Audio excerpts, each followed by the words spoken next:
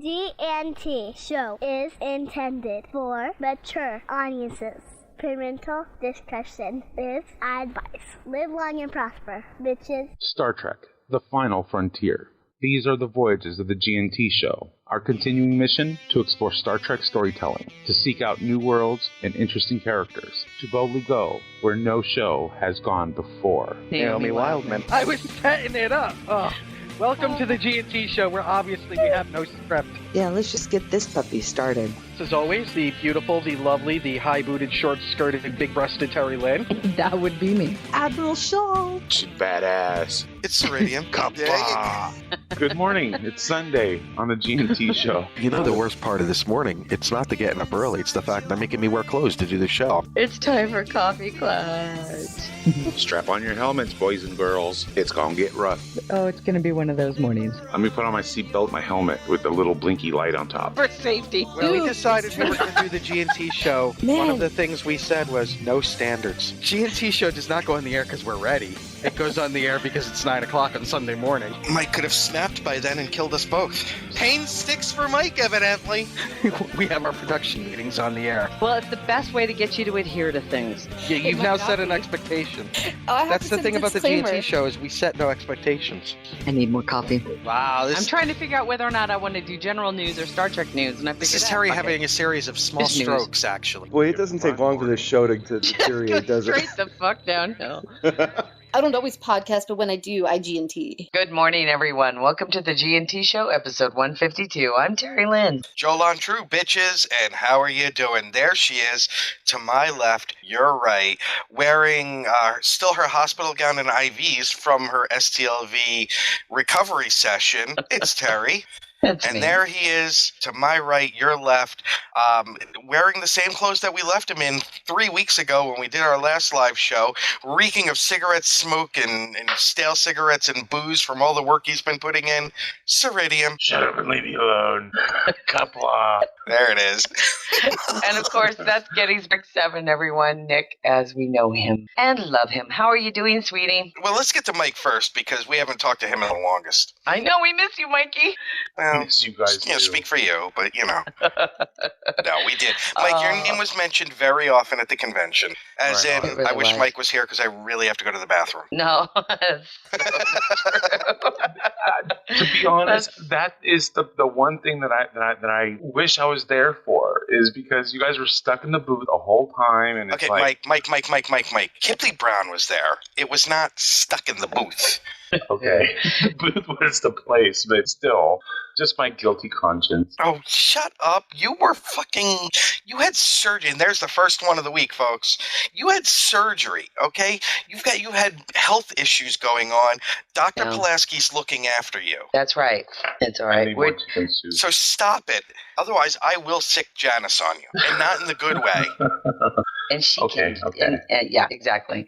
Oh my goodness. No, you were missed horribly during the convention, and a lot of people came up, asked how you were doing, and we told That's true. them A lot of people did, and we found out that we actually had listeners Wow, that we didn't that's know, awesome. that we don't beyond the chat room. Yeah, which is awesome. actually very nice. We have quite a few. We have a new stalkers, I listener guess in you the could call chat them. room, and that is really cool because, like this girl, we're going to groom her because she is the next generation of G&T. Are we talking about Shalini? Yes, we are. Oh, that's awesome. He was awesome. It was very nice to meet her And her mom. And we just had a really great time. And as you guys know, Mike has been putting out some amazing audio that we've had since the beginning of the show, since the beginning of the convention. We'll go over a lot of those in detail during the show. And it's just going to be one big STLV recap show like we normally do, and bring everybody up to speed. But that's not to say there wasn't a lot of like Star Trek news in the past week or in the past 2 weeks since we've been gone. Since you got home, has This it con also has been monopolized everything. Well, since you got home, has it been playing catch up with like real world events? Yeah, it's been a little odd. It has been a little odd. And what was the one? Oh, the letter that we got from LifeLock, where members of LifeLock LifeLock, detect our identities and stuff. But yeah, about the Russian crime ring that stole 4 billion emails and passwords. Yeah. Holy Love cow. that one. It's only 1 billion, Mike, so don't worry. It's 1.2 billion unique. Billion. That's okay, because here's my plan. To run up a lot of bills and then say, I don't know, some Russian must have stole my password. I don't think. Okay, Steve, stop it, okay? Steve's sorry about Nick ahead of time. Don't make me throw the ban hammer, Steve. We had very nice discussions with Shalini and her mother. We did. She's a wonderful person, and then you're going to be all Steve. I will throw the ban hammer, and you're not going to come in with some backwards name like, look, it's me, but you can't tell what my name is. Wow. Oh, and speaking of our other, not just Steve, Midnight Shadow is one of our wonderful volunteers, well, he's and a volunteer. our destination Star Trek London correspondent. But we also need to send out a huge, huge thank you to Janet, our wonderful friend Jess, who has taken over a lot of the responsibilities for our social media. And oh my God, she's a machine too, Mike. You and her are Borg. Awesome. She puts me to shame. No, she's just... And she gets my pop culture references because we were emailing back and forth yesterday. And I made a my breakfast with Blassie comment, and she said, like, my dinner with Andre. And I was like, oh, you come to that. Yeah. So thank you very much, Jessica. We appreciate everything that you've done for us, especially while we were at the con. And believe it or not, it was so busy and so crazy at the convention that we wouldn't have had time to tweet or to post on Facebook or to put a lot of this stuff up there. So thank you again for being able to work with Mike and getting all that stuff out there. It's just fantastic. Shall we just start right off the bat with a Las Vegas update? Are we still talking Vegas, right? We are. Talking about Vegas. Yes. You're coming to Vegas, right? Star Trek Las Vegas may take place every August, but on this show... This is where we hang out the rest of the year. Exactly. The crew has been fatigued now from so many months in space, and they need to take a break. The landing party has been down to check out the terrain while the crew gets ready to play. They say there's only plant life living on this lovely rock, but a rodent up here's wearing a vest. Thank God for Instagram, because that was, Mike, you could tell probably from where you were sitting, that was really the only thing I had time to do. Yeah, pretty much. And for a it while was- there, it I was- thought it was all on automatic. No, because Instagram goes right to my Twitter and my Facebook. I figured that was the best way to do it. And then, like, on Thursday, maybe it was Friday morning, come to find out that because I was hashtagging STLV, that if you Instagrammed and hashtag STLV, all photos were going up on the main hall. Yep. In the main convention hall there, and people were seeing it. So it had that was a really smart thing they did. Yeah, it's somebody at Creation finally learned how to work social media. Terry, hold on. We've been neglectful. We love and appreciate all of our listeners. Look in the chat room, Terry. I love Sensei All. I said hi to Sensei All earlier. I try and love Sensei All, and the restraining orders keep getting thrown at me. You're not her type. I'll just leave it at that. You're just not her type. Man, is this another Alessa? Or a Nirvana? Or Nirvana? Oh, man. I was crestfallen. That's okay. We'll get to that, Mike. Nirvana might end up on my list. I'm just saying. I'm hoping she winds up on Janice's list. Oh my! I love Nirvana. She's an amazing lady. She is. And she understood that I meant it in the best possible way. Yes, she is did. such a waste of a woman. Oh, straight men sometimes crack me up. Well, let's kind of talk about. Look at the way Mike's looking around the studio, going, "What hath I missed?" Yes. Apparently much. Apparently much. It is. Let's start with first a health update. How are Casey and Chloe? Because they were having some anxiety issues when we were at the con. They were fine. You know what? It was when we got home. They were happy to see us. They were healthy, and Did they yell at you? And they didn't yell at us. And that, to me, that means they were happy. You know what I mean? It's if we take them to the kennel. Mm-hmm. Chloe just turns up her nose and she won't talk to you for a day or two. For those that don't know, really these are Terry and Alan's German Shepherds, which they're the most adorable dogs. But there's a little brain damage going on there. and so when we got home, we got greeted with, "Hi, we're glad you're home," and it was comfortable. And Chloe was smiling and happy. She was. So we made the right decision by having Scott the babysitter for a while. So that was great. Well, last night, her nub was wagging. Her nub was stump. Well, if you had listened to the Voxes last night, I'm gonna make the request right now. We're talking about a group cosplay for next year, but we need you to bring Casey. Oh, is Casey gonna be Odo as a dog? There you go, Odo from Little Green Men. Oh my God, that's awesome. High five. Yeah, that's funny. Oh my God, that's too funny. I wish we could. He's not like certified in anything except being a silly boy. He is a silly boy. And Mike, they have become even more silly heart. Awesome. Oh, great. So, so that was great. And again, nice to be able to come back. And then the Ferris Anomaly came back with us, which was lovely. And then the day that the Ferris Anomaly left, my friend Jim from LA came in. So he's still with us. He's probably still sleeping. I think next year we'll probably do the same thing, drive back with you and then fly out from Albuquerque on Tuesday. It was fun.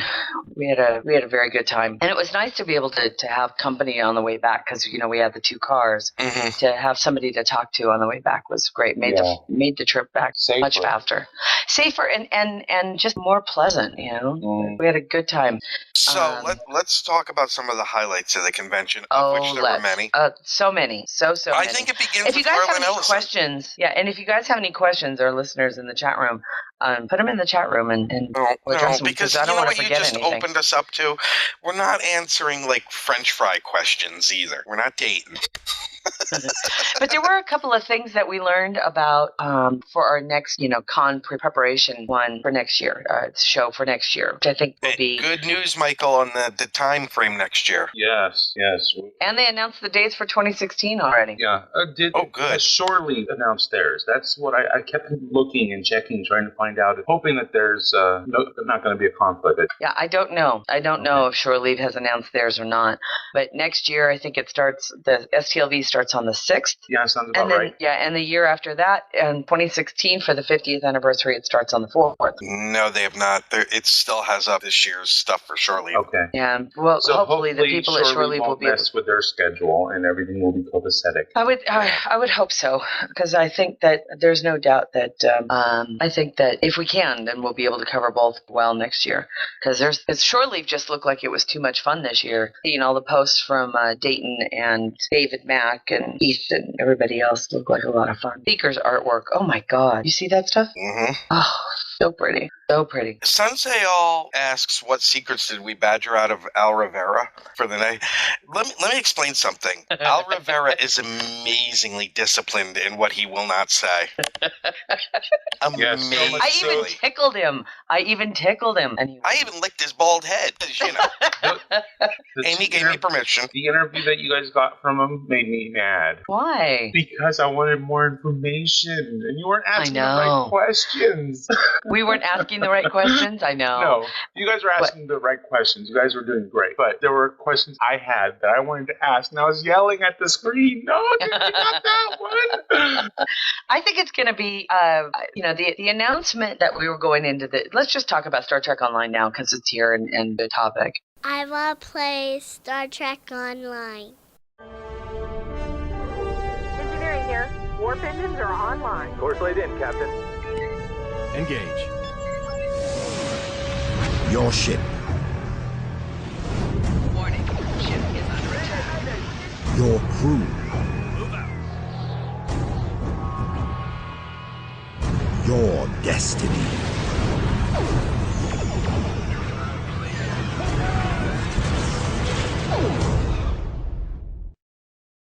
Many of our listeners already know, but some of you don't, that in Star Trek Online, during the convention, Al and was on stage in the main room, by the way. The stow panel this year was in the main room, which was great. And watching Thomas walk out of the holodeck doors just filled me with so much laughter. It was all great, wasn't it? We got all like, because it was the only panel I went to. It was the only, Alan covered the booth for us, so Nick and I could go attend the stow panel together. And to watch him walk out through the holodeck, Mike, the panel at the theater or the main room in Las Vegas at the Rio this year had usually the big curtain in the back, but this year they had the holodeck arch. Mm-hmm. I saw pictures. And it was so cool. And then they had. Go ahead. Yeah. Oh, I was just gonna say, it looks like Creation actually spent a little bit of money on this convention. We didn't even get pictures of the hallway and stuff. You have no idea. If this is just a taste of what we're going to see in 2016, they're going in the right direction. And now a lot of it was we will also say that in the big scheme of things, even though they had 100+ guests this year, I would have to say that the panels were probably on the weaker side. The strength of schedule was not with them. The science panels were a lot stronger this year, and there were more of them. Right. So that was something that we kind of went, oh wow, not very, very strong as far as the actors panels were concerned, but interesting enough. And two, a lot of that money or a lot of things that kind of helped bulk up what was missing from the panels was definitely put into the hallway. So now as you walk down into the main foyer of the Rio, Michael will remember that right before you walk into the main panel room, the main theater, there's the big tile floor. And the big tile floor now had the Starfleet symbol, huge kind of vinyl. It wasn't floor. Starfleet Academies. It was like gold. No. Like Starfleet headquarters. It was like Starfleet headquarters. Awesome. Yeah, and it was And there beautiful. was on the wall, there was a big LED screen showing what was going on in the main room. Yeah. Oh, really? So there was so even if you were standing outside, you could see what was going on the stage inside. And during the costume contest, the audio was piped out into that area too. Oh, it was that's great. Nice. And congratulations to Jeff for winning. Yes, great costume. It was the one that we saw last year, and I'm really glad that he tried again because that one was awesome. He pumped it up by having the huge Baylock head. Yeah, well, he had a Baylock head last year too. No, he had resculpted this one this year. Yeah. That way. I was stalking social media all week, and we could tell. he had resculpted it, and in fact, he had released photos of the entire process of revamping this costume. I think it's on Facebook somewhere. Oh, cool! It was very cool. So now, if I'm trying to remember those people who may have. But Mike, I'm saying this mostly for you. So you turn right away from the foyer and you head down that long hallway. Right as you turn right, the Guardian of Forever was there. Yeah, I wasn't real happy with that placement. Yeah, the placement of it was kind of sucky because it really interfered with traffic flow. Yeah. But next year, I hope they put it in a better position. But it was awesome to have it there. Then they had props from the shows in glass cases. So also, one of them was. This was in the hallway as well.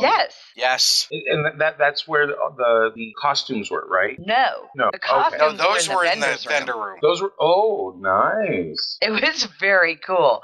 So they had like the thing from Time Zero that Data built to get a message out. Yeah, the thing that Mark Twain thought was a no, that's not what was next to the Guardian. Maybe that was next to the Guardian was what Spock built in City in the Edge of Forever, using Steinein's and bear skins. Sorry, I was getting it confused, and because it kind of looked the same.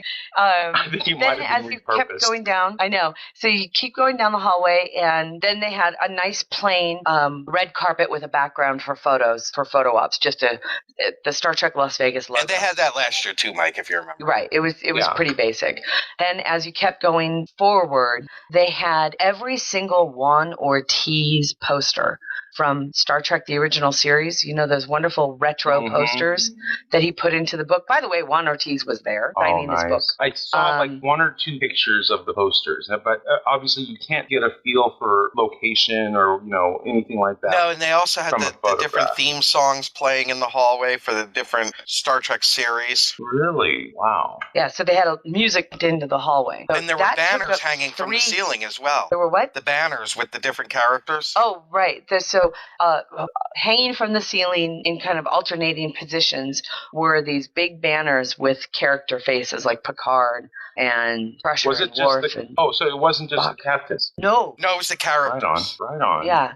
And then the first hallway off to the right it used to be like the back entrance to DeForest Kelley Theater, and now that's Quark's Bar. Now, Quark's Bar was kind of a miss, in my opinion. Yeah, it ended up being nothing more than like a couple of refrigerators of pre-made food and a bunch of round tables to sit at. It needed to have a full-blown bar in it. I'm sorry, you just don't. Yeah, the photos that I had seen of Works Bar, besides 99% of them was outside the door of the sign. That was the most exciting part of it, Mike. And then on the inside, I only saw like a handful of photos, but they were all of, of the museum pieces that were in there. Yes, that there were more props that were put into cases and things like that. I wanted to go in there and play Alan Moraine. It's closed off at night. Second shop! Alan Moraine, count 2, 4. Alan Moraine, then 3 more. Sorry, go ahead. And that's where a lot of Paul and Anthony in front of the Guardian. I know, I love it. I kind of liked the idea of having Quark's Bar there. The problem was that it kind of took it kind of sucked some of the people away from the front at the karaoke. So where karaoke used to be a bunch of people gathering into room and putting a couple of bars up front. Now they've put the couple of bars back at the Quark's area, and people were sitting at the tables and talking, and it kind of took away some of that fun from the karaoke, because it turned into a great place to socialize for a lot of people, but that it took away some of the heart from the karaoke. That's just my opinion.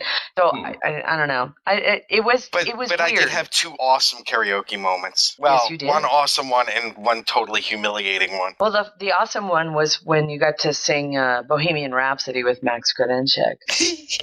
Right on. He walked up behind me, Mike, and he was like, "Hey," and we was talking, and then they started singing Bohemian Rhapsody, and then Alan came over and joined us, and Cookie Cupcakes. Oh, so it wasn't on stage; it was. No, it was actually right there at the back of the. Yeah. Okay. But there was one thing that Quarks did do for karaoke was a lot of not a lot, but there was a handful of celebrities in there of the guests during karaoke because of Quark's Bar. So it was just. And it just so happened that it was the Ferengi. It was Max and Aaron Eisenberg were there. Well, and what's his name? The guy that played X on X-Files, and Mark Twain. Oh, yeah, he was back there. I think he was just having drinks with his friends. And then all of a sudden, all us freaks came in for karaoke. I think that's kind of what it was. For next year or 2016 or both, I hope they have like Armin Shimmerman in costume tending bar. Yeah, I don't think that'll happen. Yeah, I don't either. But it was okay. Yeah, it was okay. I think it was a good first step. It was a good first step. Now a lot of people I think copped an attitude. Yeah, a lot of people copped an attitude though when it came to karaoke, and they were like, "Oh, the magic's gone and it's all corporatized now, so we're going to go to the Masquerade Bar and buy fucking warp cores." I'm just saying, there was a lot of people who didn't go because they copped an attitude and they chose not to support the people who were doing karaoke anymore. Well, evidently now too. A lot of people went back to the Masquerade Bar. Big deal. Terry, evidently now I've seen that. I was actually kind of disappointed in them. It's only the lumpen proletariat that goes to the karaoke. Is still karaoke. It's still the people that you love and everything. Just because there's a bar in the back doesn't mean it's been. I don't know. I was more disappointed in the people who didn't go to karaoke this year than I was in Quark's Bar. Terry, I thought it was kind of cute. Go ahead, Nick. Like I said, it was a good first step. Now they know what they can do to improve things, at least by the 50th, because it's going to take a couple of years to work it out. Terry, can you hear us? Yeah, it was just weird, and the only reason why I said it was because I don't think she can hear us there were a couple of times where there were some things where where Can there we were some talk about people her who now? were like turning things into some cliquey of elitist mentalities. She Oh, I can't. don't want to do that anymore. I'm too good for it. Whatever. The costumes did that too. You notice that? A lot of people in cosplay. Did you see a lot of the She's the gonna ask this bullshit question comments now. on Facebook Terry, can you hear us? about people who were She can't. cosplaying, and it was like, you know, how could they not? It's the It's not professionalism. legitimate cosplay. I hate that shit. Terry, Terry, Terry, Yes. can you hear us? Terry. Are you there? Excuse us, we're having technical difficulties. This is the weirdest technical difficulty yet. I'm here. Sorry. Can you hear us? Yes, now. Okay. What the hell was that? Mike and I have been talking the entire time. Like, Terry, can you hear us? No, I was just pissed. Yeah, for like the last 5 minutes. Ooh, No, boy. no. Even when you took a break, we were like, Terry. No, that was weird. For some reason, I muted my speakers, and I didn't realize. I'm sorry, guys. Well, she just wanted to go. Who? But you're right. There were some people now who only the lumpen proletariat go to the masquerade bar. I was like, really? And I think yeah, that's Terry. I so, think you know. So it who- wasn't just me. No, I think you know who I'm talking about. And it wasn't just her. It was a couple of people. It was just really weird. And There were some weird vibes. And then there was a post on Facebook that I saw that was absolutely fucking unbelievable. Here, let me find it because I said fucking. Well, Nick looks for the post. I had heard that this year they had changed a lot about the karaoke. They had also had sign-ups in the vendors room. That's always been there. That's always been there. That wasn't a change. Has it? No, I had yeah. heard. People made it seem like it was a new thing, and that was causing some frustration. They did cut it off at midnight on Friday, which was new. Because remember, we'd been there till 2 a.m. Right. Yeah, I remember that. Did they cut it off that early? Yeah, midnight was the last song. Oh, then I just barely missed it because I left at like 11:45. I didn't realize they were cutting it off. But yeah, no, there was always sign-ups in the vendors room beforehand. Always. Okay. It just seemed like a lot of people weren't aware of that pattern. Yeah, that's very possible. That's very possible. But it was, we had a good time. We had a good time. Here's this post. This one just made me scratch my head, and in the end I said, trolls. All right, ready? Yeah. First time at Star Trek Convention. I have watched all the Star Trek shows. Why in the name is there cheerleaders at the convention? They don't take pictures with us ordinary fans for some reason. Must be a very uppity group who think they are above everyone. Okay, first of all, I'm friends with a lot of those cheerleaders. They take pictures till they fucking pass out with people. That's true. And why are there cheerleaders? Because the cheerleaders rock. That's why. Because it was fun. Yeah, there was definitely. I'm going to join them next year, Terry. Awesome. There was definitely a few vocal dissenters at the convention this year who were kind of outwardly dissing other people, and Nick and I just weren't tolerating it. We were like, Mike, who the fuck are you? Mike, who the fuck are you? I even defended JJ, Mike. Wow. No, well, let me explain. Goldie Goldsmith did an awesome cosplay of the from the beginning of the movie. I think they're called the Nebu or Whatever. something like that. Yeah, whatever. There. Yeah, from the second movie. Yeah, from Stid, because I won't say the name. She did an amazing cosplay, and I posted the picture of it.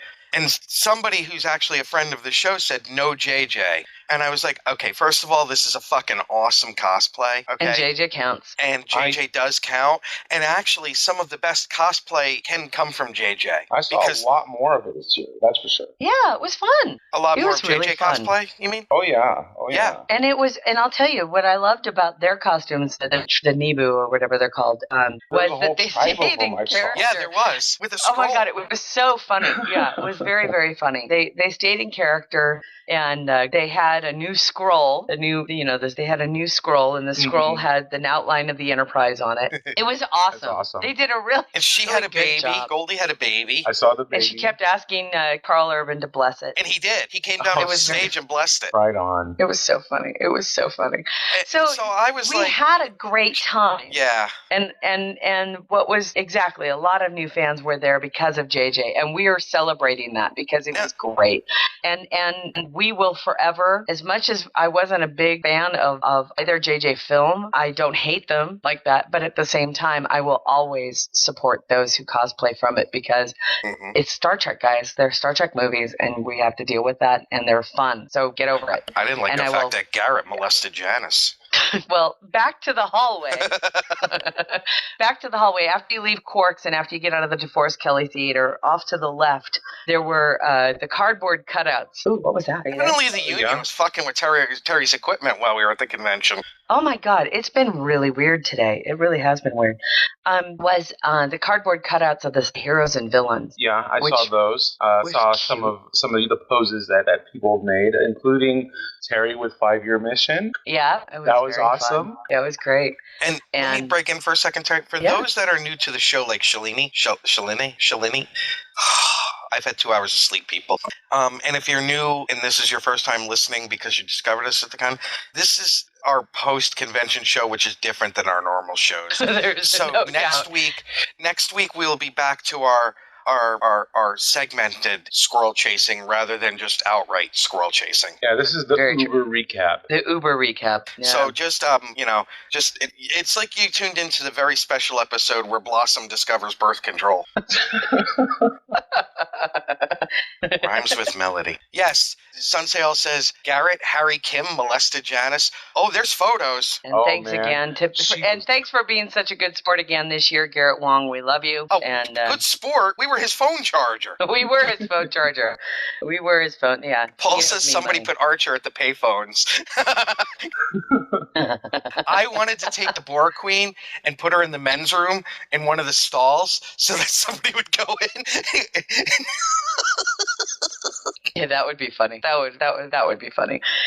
So after the cardboard cutout photo ops, which was actually very cute and abnormally popular. Oh my God, it really was. It really was the simplest thing. Yeah, very simple and good on creation because I'll tell you, I know whoever put it together. JVC. You think it was JVC? I don't know. I think that whole hallway was JVC. And then you turn around the corner on your way to the vendor's room, and immediately to the left was the most beautiful transporter prop I had ever seen. It was great. That looked really nice. And insanely popular. Very, very popular. Brought a lot. Oh, it was awesome. It was awesome.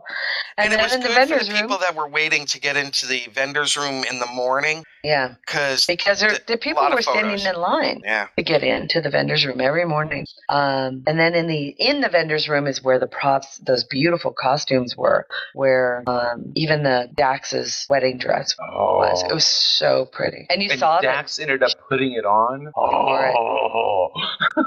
No, Mike, did you see my photo of the uniform worn in Nemesis, the Romulan uniform? I got caught every day trying to take it out of the vendor's room and take it back to the room. I think I missed out. Oh my God, it was beautiful. It was very, very, very beautiful. It was just gorgeous.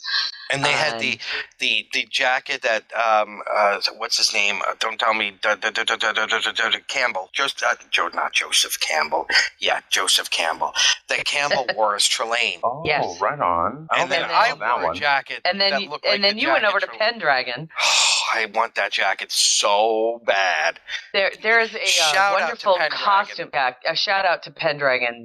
Last year, Mike, you might have remembered Pendragon had a small table in the back. To the bridge, and they had the really good looking blonde girl that was dressed steampunky. So they had corsets and beautiful handmade Renaissance costumes. I remember her from 2 years ago when she dressed as Klingon. Yeah, well, they were across from us. They should look at Paul. Look at the smile on Paul's face and Anthony's face standing with Terry Farrell. Mm-hmm. Look at Anthony's face. Great. That is what you call a shit-eating grin. That's awesome. Oh, that's Terry Farrell. Yeah, no kidding. I'd smile like that too. She's adorable. So Pendragon was across from us. He looks like a Muppet. He's so happy. So the G&T booth, let's talk about that. The G&T booth was in the same location that it was last year, in the second row of booths. Right on. And Garrett Wong was next to us. And on the same side as last year? Yes. But he actually was right next to us this year. Well, we had 2 booths. Right.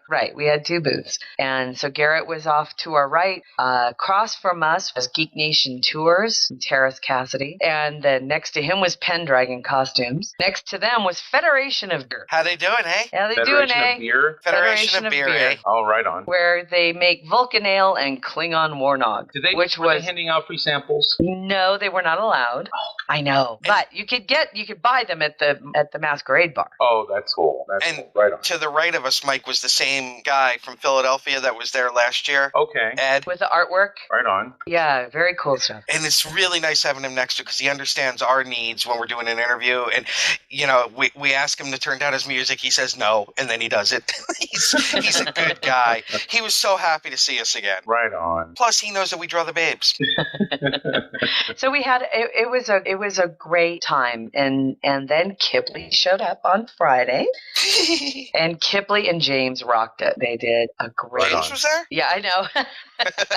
I did see a photo with the two of them. So Kipley and James were there, and we played a lot of the loop of. We did get to play our loop and the loop of the Foundry author stuff. When Kipley was there, we tended to play a lot of her loop of the. Of her work. But that worked out very, very well. And so Kipley got to meet a lot of the fans, got to sell some of her autographs and her artwork too, which is incredible. I love her stuff. The one with the eyes, so cool. Yeah. And then what was nice is we were, and now I know we're about to take on a really, really big squirrel. So prepare yourselves, people, because we're gonna talk about a big squirrel right now. We were quite literally the only place in the vendor's room where it was quote unquote legal for us to talk about the unofficial products, the unofficial projects. Nice. So Star Trek Continues lost their booth, but instead of, and I'll have to say sort of. So instead of their booth being about Star Trek Continues, they turned it into the makeup booth where the makeup for the show, where they did demonstrations of their makeup. So that moved from an outside room into the vendor's room at the Star Trek Continues booth. Although it no longer said Star Trek Continues. It was something makeup. Alec Peters was not allowed to talk about Axonar. So his company, PropWorks, was there, and they put on display many of the costumes from Star Trek Axonar to show their costuming and prop work stuff. Mm-hmm. I did not see Renegades there. I didn't. I saw some of the people. I don't know where they were, and the people from their booth were wearing the Renegades comm badge. Right, and Tim Russ was there. Mm-hmm. Well, some of the Renegades people are also involved in some of the other projects. Like Scott is also involved with Continues, I believe. So they were probably there, but they were probably also, working with other projects. And we also, Michael, made a really good connection with the Farragut Films people. So good, in fact, that we'll talk to you about it after the show. Ooh, my ridges are tingling. Yes. They should. Oh, mine were when she was at the booth. What? And a shout out to all of our friends over at Farragut. They did not have a booth, but they didn't need to have a booth. They had her and him walking around. That's all that mattered. They did great. They were handing out cards, and it was just really fun that they got to. He is such a cool guy, and her smile is just so bright and wonderful. Yeah. Speaking of Farragut, just a real quick squirrel. When the con was over, Farragut Films released a new episode of. Yes, they did. Yeah. So I checked it out. And I haven't watched it yet, so don't. And it was fun. It was fun. I liked it. I liked Farragut. They're But let's talk about the diva. Oh, she of the contract demands with the tan M&Ms. Such a diva. Oh, Kipley? Mm-hmm. I have a question. Where did the bird come from, the parrot? There was a guy that had it on his shoulder walking around. And when he was talking to Kipley and James, and Kipley got to play with the bird for a while, and then she put it on my shoulder. Lots of those pictures. I was like, did she bring it with her? No. And then, Mike, it was so funny because nobody was able to get a picture of it. But when he was on my shoulder, I was really quietly, I was going, bird, bird, bird. Well, the bird is the word. I said a bird, bird. And he took his little head and he rested it on my cheek. It was so adorable. He was a very sweet birdie. He and he really was a talker. was. Oh, he was talking in my ear. He was like, bird. I'm getting some weird audio. No, that was me talking so like weird. the bird. What the hell? That was me talking like the bird. With the music? You got music? Well, that's my problem. Is now you guys understand. I'm like, what the hell's going on with my speakers? I'm looking on my open tabs here to see if there's any. It's the aliens at Kirk. Kirkland. Well, TeamSpeak did update this morning, at least for me. So maybe it has something to do with it. I don't know. Wow. But Sunsea All in the chat room says GNT Bump has become the GNT Nuke. I don't know what that means. That somehow we kill everything we touch? I don't think so. We had nothing to do with the Star Trek Continues thing. We kind of found out what happened, and yeah, and it was. It also laid the foundation for my rant, which I posted on the site the other day. What really put me over the edge with that rant was a post that somebody put on Facebook. On how do I say this? I don't want to name names. I really don't, because it's useless to name names, because it wasn't just this one group of people who've become a problem. There's been this constant and over the past few weeks, elevation of sniping between people involved with different unofficial projects. And they've been taking it rather public. Now, whether these were people who were directly involved with the project or they're fans, because we all know that fans can be very, very passionate about what they support, not unlike, oh my God, JJ stuff sucks, right? That even in the unofficial productions, we have our fans who are very, very loyal to one and then take that loyalty, turn it around, and disrespect everybody else. Exactly. Yeah. So, yeah. And that's kind of what happened in this situation where I popped off. I got so pissed because somebody posted something quite lovely about one of the projects, and somebody had the audacity to go into the Facebook post and then comment on it and essentially said, this one sucks, somebody else is they were the original, right? And started to pump up, and I have to say it because it was somebody who was really kind of dissing all the other projects except Phase 2. And they were like, Phase 2 is it? James Cawley busted his ass and he did all this. And you know what? James Cawley did bust his ass. He's still busting his ass. He's getting amazing shit done praise. Now. He never gets anything but praise. Exactly. Just because you're a Phase 2 fan, though, doesn't mean you should cause a kerfuffle by dissing everybody else. I mean, it's not like the fact of the matter is people have Phase 2 is actually good. People have tastes, everyone. Some people like others. Some people don't like Phase 2. It's okay. The problem is that you don't have you're running on a dangerous thing here where you start to build animosity between unofficial projects, and all you're doing is becoming or putting one project into the role of being a rotten apple. And I know for a fact that James Cawley would never approve of people doing that to each other. And even so, yesterday himself posted on, and thank you, James, for doing this, because it's exactly what I was making a call out for, which is go out there, publicly state we're an unofficial project and we support all unofficial projects, and internal and sniping and bickering between projects does no one any good, because all it's doing is putting us on a negative radar to CBS. Yeah, I was just going to say, it's all it's going to do is end up dooming all unofficial all of it. And if anybody thinks that Vic Mignogna would do that, exactly. These are professionals. Vic Mignogna wouldn't. Alec Peters wouldn't. James Cawley wouldn't. I have a feeling a lot of this is being generated by the fans of individual projects. Farragut Films people that we met, they wouldn't do it. Hell, they support the others in various ways. I mean, doesn't Star Trek Continue film at the Farragut Studios? Yeah. I mean, it is a community effort here, folks. And I thank all of the people who read my rant and posted on Facebook and said publicly, no, stop it. We've got to stop the bickering and the bitch fighting, because it doesn't become any one project. And I'll tell you what, because I'm a fan fiction writer and I love what I do, and it's a great hobby and an outlet for me, so help me God.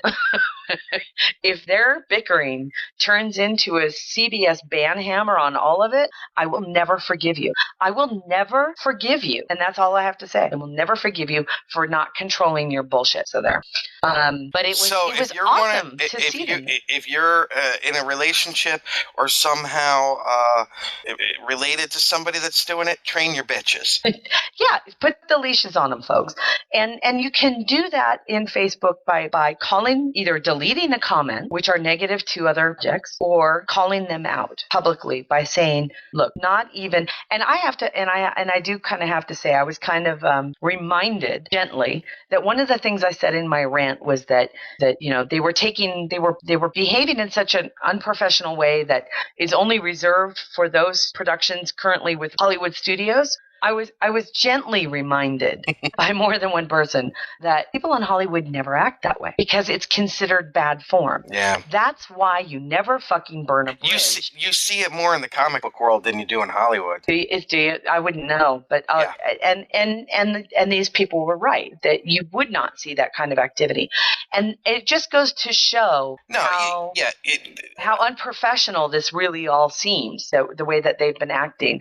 And again, I'm trying to paint with a broad stroke here because not everybody acts this way, but I'll tell you, the responsibility of maintaining a project's reputation rests with the project managers. So get volunteers to work on your, Alec, everybody get volunteers to work on your social media and start to control the negativity that's popping up between, because it's not good for any of us. Yeah, you're not going to see the people from Hunger Games dissing the people from Divergent because the stories are similar. You know what I mean? From Hollywood, I mean. No, and leave that to the people who... Leave that to the fans on the message boards that are toxic. Exactly. Leave that to the Stowe message board to be toxic. Oh my God. Oh, one place I avoided this week. Oh my God. I'll tell you. But so that was my big rant, was we all love all of the unofficial projects. We love them all. Pardon me. But I would really hate to see all of it risked. So I have to tell Mike my Michelle story. No, wait, Mike, what were you saying? Real quick. So going back to, I believe it was Terry's earlier comment that about the fan productions, that since we were the only ones that were really able to even talk about. Because we're a media outlet, we can talk about them because it's our opinion, right? So we talk about continues. We're talking about the news about them. We talk about their showings. We talk about their filming projects. We know that Phase 2 is currently building some amazing sets. In that context, we are a news organization where we're a media outlet, and we're covering all forms of Star Trek storytelling, are we not? Mm-hmm. So yes. We got to talk about, people would come up and go, what's the show? We're really pitching the show. But people ask us, well, what do you talk about? Well, we talk about Star Trek in every single television show. We talk about the movies. We talk about the books. We talk about every official production, but we also get to cover all the unofficial stuff. So we talk about fan fiction. We talk about all of the unofficial film projects. We talk about the audio dramas. Do not expect us, anyone, because I really need to say this, because somebody, Terry, it was one of the times where you went to grab lunch or something with Alan real quick. Don't expect us to say, watch this one, don't watch that one. That's not our bag. No. Our bag is talking about all of them.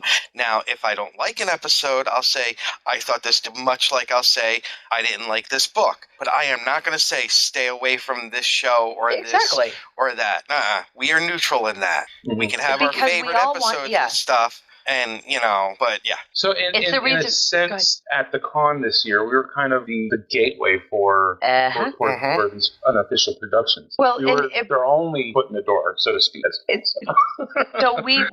So we were able to talk about Continues. We were able to talk about Axanar. We were able to talk about Horizons. Yep. Farragut and everybody else, and people would come out and go, I don't know what that is. And I would say, well, head over to whatever website or whatever and watch one of the episodes, or and then listen to the show, and if you've got questions about them, we're kind of the news hub of where all of it kind of comes together, and we get to cover all of the news regarding what they're up to. And in the same way that we cover fan fiction, and we talk about Ad Astra's work or Delphi Expense or what Jespa's putting on our own forums, and we get to talk about that stuff. And it was a better position for us to be able to say, look, the G&T show's a news media organization in that sense, where we like to think of ourselves as kind of the Tonight Show of Star Trek, where if there's a project going on out there, we're going to let people come in and talk about them. Yeah, and sometimes, whether it be official or unofficial, or something like the Green Girl. And sometimes we even bring on the guy from the zoo. Mm-hmm.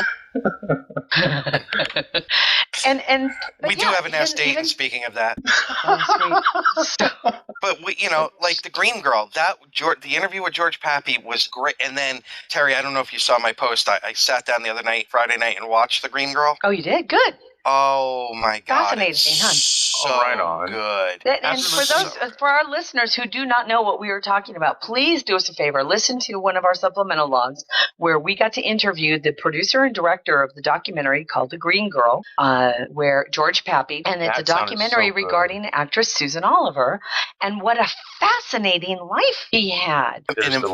Fascinating, sad, brilliant. She's so far ahead of her time. She was so far ahead of her time. I just and women especially should be listening to this to talk about. She was one of those rule breakers. She was one of the revolutionaries. If you're a parent listening and your son or daughter has to write a thing for Women's History Month, I damn well recommend The Green Girl and have them do about Susan Oliver, because she was a trailblazer that is pretty much forgotten. I mean, the title of the movie is The Green Girl because that's what she's best known as, the Green Girl from the Cage / the Menagerie, Vina. But she was so much more than that. When you see the amount of work she did, and then the breaking into directing at a time when I can't even get into it, because you really should see the documentary to see, because one of the guys says, Hollywood has this tag as being a really liberal town, which it is, but really, how many women directors are there? Right. And because they don't want to didn't George say she was like one of 4? That was from that workshop. That was from the AFI workshop. That's and really, she was probably one of the first female directors. But it still took her like 7 years after that workshop to get her job. First directing gig. Yeah. Right. And then when you actually see the people from Trapper John talking about how she was treated and what was said, it's a blueberry muffin burp. It's a really fascinating story, and sad and wonderful and frustrating. And all of those. It's a great piece of documentary work. And people can go. I think we have the link as well that people can head over to. I think it's thegreengirlmovie.com. The Green Girl Movie. Yes. And get a little background, and you're able to buy the DVD from there, and we highly recommend it. And in the fall, looks like it's going to be on Hulu and Netflix and all that. And awesome. George said he'll let us know, and Mike, we will try and have him back on when it does hit that, so that we can pimp it out. Sweet. Another fantastic interview we were able to do with Eric Stillwell. Oh yeah. Oh, I loved that one. Did you? I'm so glad. Which glad. Mike Okuda or Eric Stillwell? Well, I love them both, but I really got a kick out of the Eric Stillwell interview. That was awesome. What a nice man. I had no idea who he was, but after that, I was like, dude, I want to talk to him. It was for anybody who's listening who does not know who Eric Stillwell is. Eric Stillwell is one of the script coordinators on Star Trek: The Next Generation. He's also one of the co-writers for one of our favorite episodes, Yesterday's Enterprise. He's also what cracked me up too was the fact that he even admitted, I love him so much, that he's on he's given a script credit for Shades of Grey because of all the research he had to do. But you listen to it to hear how Yesterday's Enterprise came together, because I don't even want to get into it, but it's a fascinating story. Truly unique story about how he became a co-writer for Yesterday's Enterprise and how that script came together. Very accidentally. And not just accidentally, but oddly enough, kind of organically, where you really realize what a true genius Michael Piller was. And I was just going to say, doing that interview, Terry saw it, that I was getting kind of emotional as he talked about Michael Piller, somebody who we really on this show have not given the time to that we should. Maybe that's something for the future that we should do. And just how good Michael Piller was at his job. And the lucky for us that we had other people stop by the booth to kind of check us out. And that's how we were able to get what was a very short but very fun interview with against Michael Okuda. And that was because of Kipley. And Kipley held him. Yeah. Did she not? That's awesome. Kipley held him and said, like no, any you need man to is talk going to to these complain people. about Kipley holding them. and we were and once again, our apologies to Elio, who was being interviewed at Priority He One was for hilarious. When I was he was standing. Poor Elio was sitting. Elliot, for those people who don't know Elijah from Priority One podcast, we were interviewing him for the personal truck project. The So What's Your Story project that we're doing. There's Mike Okuda and Elio goes. And let's act like we've been here before. We must have lost all the blood in our faces because Elio was like, "What? What's behind me? What's behind me?" He turns around. I was wondering. I mean, I was listening to the episode the interview when I was, Elijah's interview when it was going on, and I was like, what's happening? You guys didn't even mention what was happening, and it was like something big was going on. What was going on? And it was funny because he's going. People in my house are all looking at me all weird, and it's like, what's happening? Did you hear him, Mike, when he's like, okay, let's all breathe. Let's act like we've been here before.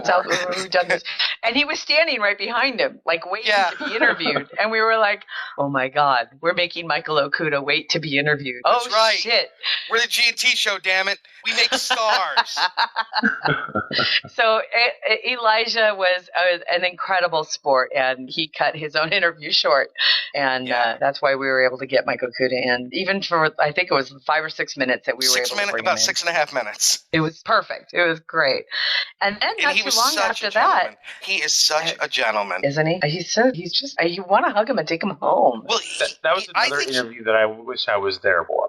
I think he just seemed kind of amused that we were like so happy to have him sitting down with us. We were fangirling all over the place. I was totally smitten with him. I can't help it. The guy has an extraordinary talent, a wonderful history. He's like the source material, right? Mm-hmm. He's the guy who knows it all. He's the guy who put it all together for us. He's so humble. And he's so nice. Just a really I have nice to tell guy Mike who loves Star Trek. I got to tell Mike how you guys set me up with Michelle. All right. Oh. Dr. McKenna. That was awesome, by the way. All the pictures of Dr. McKenna was awesome. Oh, Mike, you know what? Pictures do not do justice. Oh, I'm sure they don't. No, they really don't. Well, let me set it up. It was about 2 in the afternoon, and I had not yet gone to the bathroom today. So finally, I was like, I've got to go.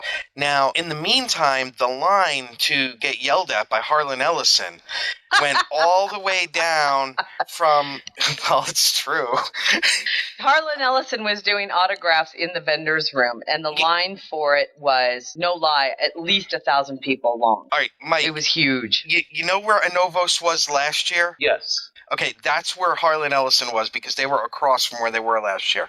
So the line went from all the way down that end, through the middle walkway aisle, and past our booth and around the corner. This was like the first time in a long time that he's actually attended a con, right? In 20 years, yeah. And he sued me twice during the con. But so the line for Harlan Ellison is going past us like that. So I go to the bathroom. Unbeknownst to me, because it's like a 15-minute walk to the bathroom and back, Michelle Speck had stopped by the booth. Speck. No R in her. Sorry.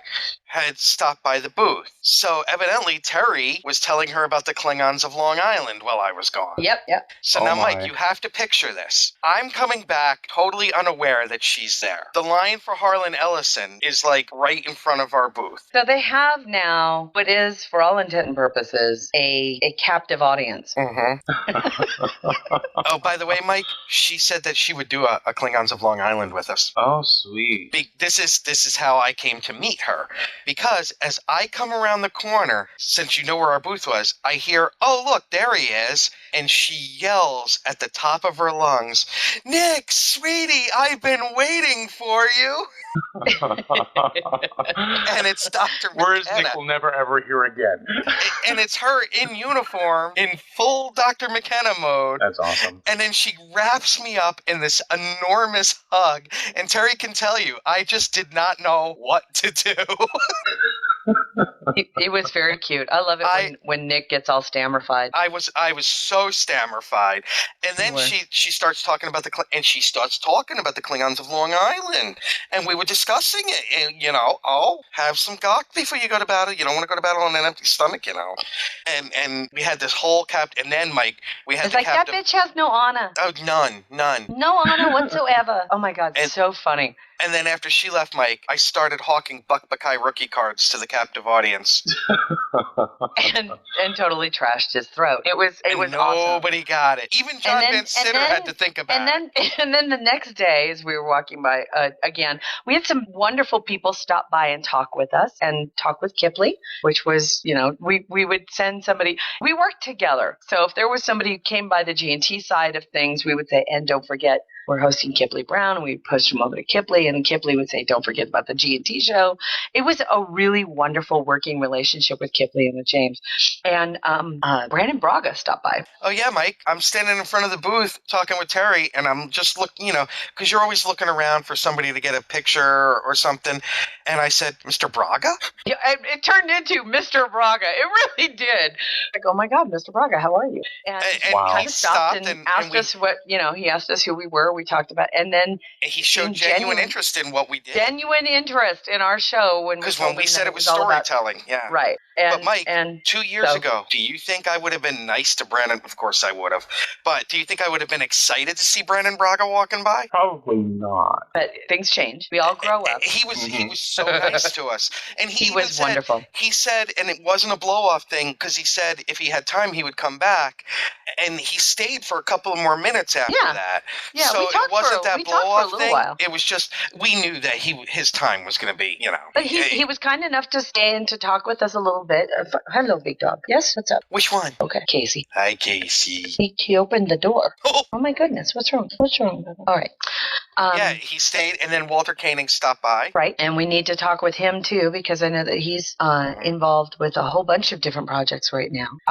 Kim Stringer stopped by a few times. I'm just absolutely green with envy. Who stopped by a few times? Kim Stringer, Uhura from Star Trek Continues. What a sweetheart. Right on. And you know, and even better was Alec Peters from Star Trek Axonar. Oh yeah. From Axonar. He came over and brought us J.G. Hertzler's uniform from and you okay, buddy? You all right? That's me having a stroke. It's a Federation uniform, Mike. It was a Federation so uniform. We had J.G. Hertzler's uniform from Axonar hanging in our booth the whole weekend. Wow. It was awesome. I got stopped by Barbara Luna because of the scan. Yeah, that's right. Mike, I got stopped working the scan by Marlena Monroe. And Rod stopped me and told me I was rocking the scan. I know Sunsail just dropped out of the room, but she says, can I be Coley? I want to be a Ferengi who sells beauty supplies to Klingons of Long Island. Klingons of Long Island. How hilarious would be? The entire discussion about Aquanet alone would be hilarious. All right. I'm going to work on this script. I'll work on the script. Now, Mike, I know this was painful for you when you saw the photos, and I even said to Terry, I really felt bad for you that you couldn't be there for it, but the transformation that David got to go through. I know. That was amazing. He looked so good. He really did. For our listeners who do not know who we're talking about David Hulk, who is he stopped with Trek up Radio. The whole weekend.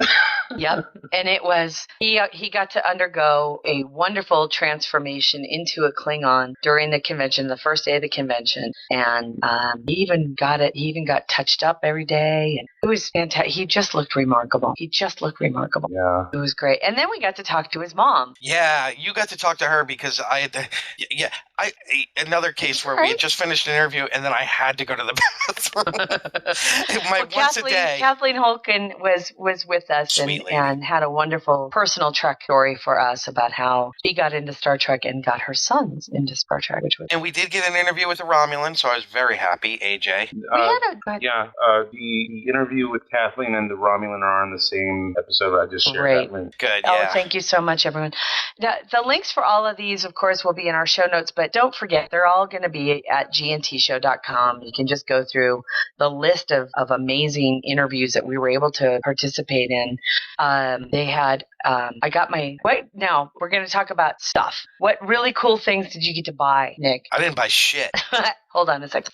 What's going on, sir? I had put in a request, so I'm sorry about that. eager to No, I find out didn't. if I didn't buy anything, Terry. Oh, well, you got a good T-shirt from Star Trek Online. And Priority One gave us nice T-shirts. And Priority One gave us very nice T-shirts. Oh, and Scott Parker got me a swag bag from San Diego Comic-Con. That was amazing. Mike, you should have seen the stuff in it. Mostly Batman stuff too, right? Yeah, well, Gotham. right on. A lot of Gotham stuff. Now, Mike, you said you put in a request? Yes, I had put in a request to Terry at some point, so I'm eager to find out if anything happened. Unfortunately, we'll find a way to get those to you. The books that were there, the author left, no lie, half an hour before. No problem. Now, Mike, did you see what they were having as a giveaway to the gold people? No. Okay, so we got to talk about books because we have to talk about books. Well, before we talk about books, shall we do our Ask Dayton? I think we should, but I wanted to say real quick, so it's not a surprise to Mike if he ever gets to come and visit, as I was able to get my flute. Oh, right on. I was able to get the flute from the Inner Light, and I got, for those who remember the Inner Light, Eileen, the woman, the female character, one of the trigger points in the script in the show, in the episode, is she's wearing a pendant of the probe. Remember that? She leans over, and the pendant of the probe kind of triggers Picard into kind of waking up on the Enterprise. Yes. I got that pendant. And the flute, right on. And the flute. Well, I got to meet Mr. Gendel, the guy who wrote it. He was there. He had a booth. And so I picked up a script and the pendant and flute. But we were given an extraordinary gift by Mr. Cushman. And Alan and I want to publicly thank him because and I know, Mike, you're going to be jealous, but I'm letting you know now, don't be surprised. Jim bought us one of the Roddenberry batlets. I saw the picture of Alan with it. Oh, really? Right on. I didn't know that. Yeah. It's I'm so jealous. It's amazing. It's so pretty. So that'll be in the house when you come and visit. So it's beautiful. It's absolutely beautiful. Okay, so be careful around the dogs with it, Mike. Of course. So we have an Aston, and then we have a lot of books to discuss. Oh my God. Okay, go. You okay? I'm freaking out. There's just so much shit going on. There's so much stuff. Do you need to take a deep breath? Dude, we haven't even talked about Star Trek Online. Come on. All right. Did you see who's here? No. Our special guest this week, none other than the man, the myth, the legend, author extraordinaire. Just ask him, Dayton Ward. Up in here. He's delicious. The man is a sage. Dayton Ward is here. Hi, Dayton. Hello, Dayton. Hello, Newman. Marc just handed him his complimentary gin and tonic for the G&T show, so that's always good. That's good. Firefly vodka. See, if we knew he was coming, we would have taken him to the green room with the green women. God damn it, go read the Ask Dayton. Oh, Dayton. Dayton. Dayton Ward is Grumpy Cat. Dayton Ward, troller of trolls. He's such a diva. Pay attention, Ask Dayton fans. Everybody got their pad and pencil ready? Yes, I'm ready. Would you like to be a part of the Ask Dayton experience?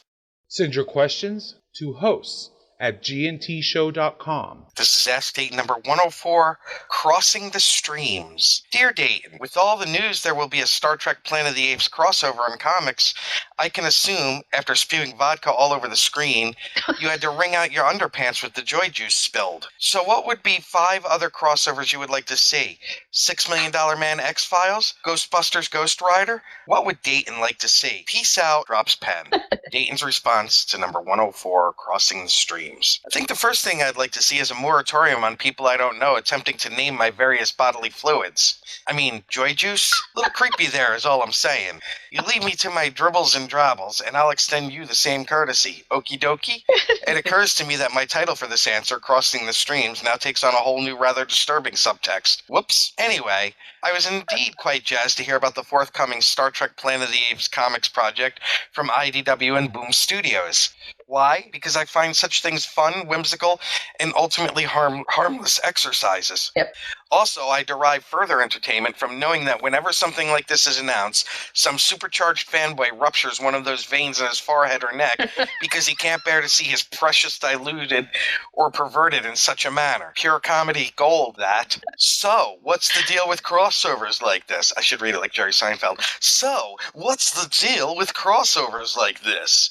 Basically, they do pretty much what we all did as kids with our eclectic collections of action figures. G.I. Joe, Superman, Captain Kirk, and Steve Austin all team up against Darth Vader, Maskatron, Frankenstein, and Skeletor to thwart the forces of evil lurking within our bedrooms, the living room, our backyards, or whatever.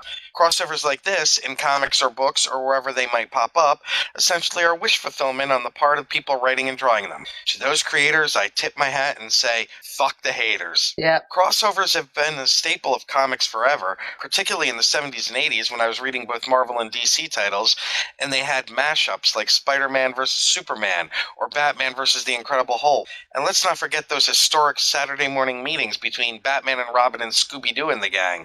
Hardcore Batman fans still twitch whenever that one's mentioned. These days, a few of the smaller comics publishers who dally with several licensed properties have been increasing in ways in which they can bring those IPs together. Dynamite and IDW in particular have been going whole hog with some of these, with everything from pulp heroes of yesteryear to more recent and active film, TV, and genre and game franchises. Hold on, I need to take a tear. Do all crossovers succeed to the same degree? Of course not. Aliens vs. Predator the comics? Awesome. Aliens vs. Predators the film? Not so much. Right. Freddy vs. Jason? A better concept over drinks at happy hour than an actual movie. But whatever. Teenage Mutant Ninja Turtles action figures wearing Star Trek uniforms? Damned funny. Ken and Barbie wearing Star Trek uniforms? Ill-advised, to say the least. Blade the Vampire Hunter in Twilight? Hell yes, if only to see Blade drive a stake through Edward's taint. I knew you'd like that line. So what are five crossovers? The word taint that cracks I know, me the up word every taint is a time. great word. Taint is just a funny word. It's a funny word. Taint not funny. See what I did there?